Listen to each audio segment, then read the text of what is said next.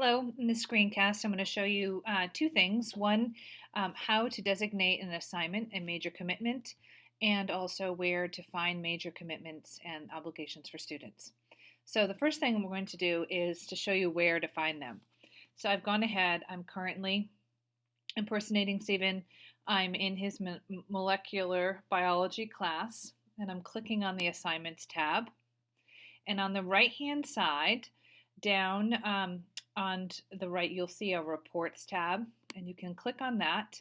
You can see there are a few reports available to you here to view your schedule, submitted assignments by students if you're using any of the online submission, rostering assignments due by section, and rostering major assignments by section. So I'm going to go ahead and click on roster major assignments. And that's going to pull up a report, and it's going to allow me to query 1 week at a time. And so I know that Stephen has a major commitment at the end of the week, so I'm going to keep it at 9/21. And I'm not going to look at unpublished assignments. And I'm going to click on Generate Report. And what this is doing is it's going and looking at, let me just flip back to his class, it's going and looking at the obligations for the specific students that are in his class. So I'm going to click back here, and you'll see that as I scroll down, the only major commitment on Friday is that particular assignment that he put up. Note that it is given two dates. The date that it was inserted on 9/18. The date that it was assigned, which was 9/18, and obviously 9/25 is the due date.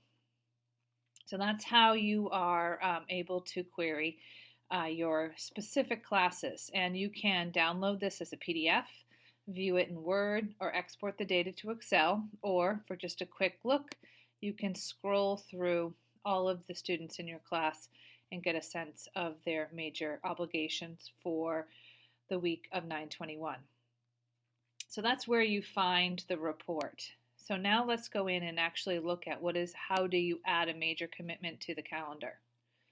So I'm clicking into his assignments tab and clicking on, I'm going to go in and actually edit one of his current ones. And there he has the title of his assessment is some kind of assessment.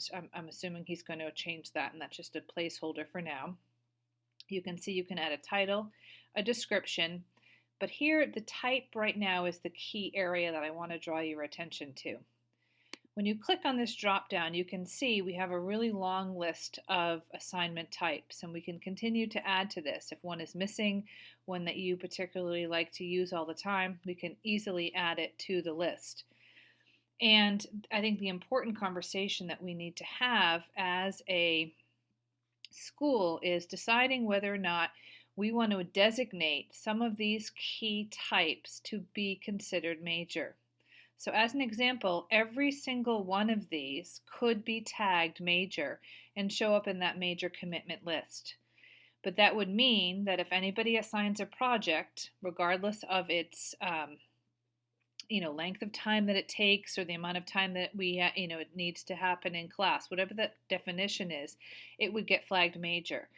But I think we as a school have to have some pretty big conversations around this. So right now we are using just the term major commitment.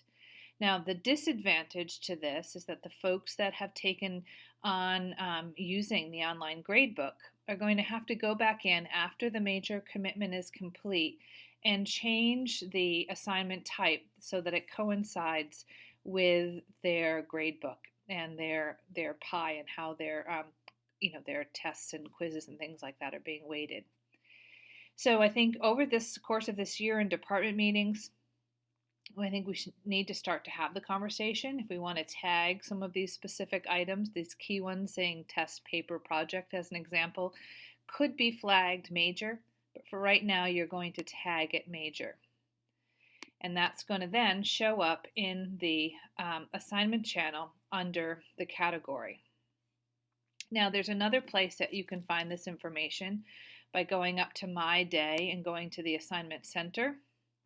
You'll see that there is a little report tab in the upper right hand corner. I can click on that and choose roster assignments.